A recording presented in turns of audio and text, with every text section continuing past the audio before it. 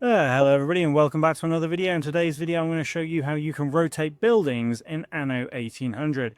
So to begin with, all we're going to do here is go ahead and select the relocate function, select the building that we want to relocate, and then press the middle mouse button, and basically that will then rotate the building. I can go ahead and place that there.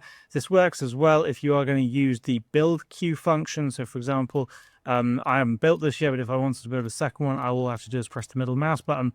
And one thing that this is really useful for is maximizing available footprint space on an island.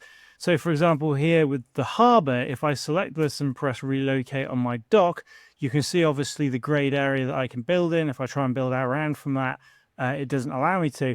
But by doing this, I can actually maximize the space available to me by basically moving this to a more favorable position. So I'm going to pop that there now, and effectively that will then allow me to have two additional pearl farms.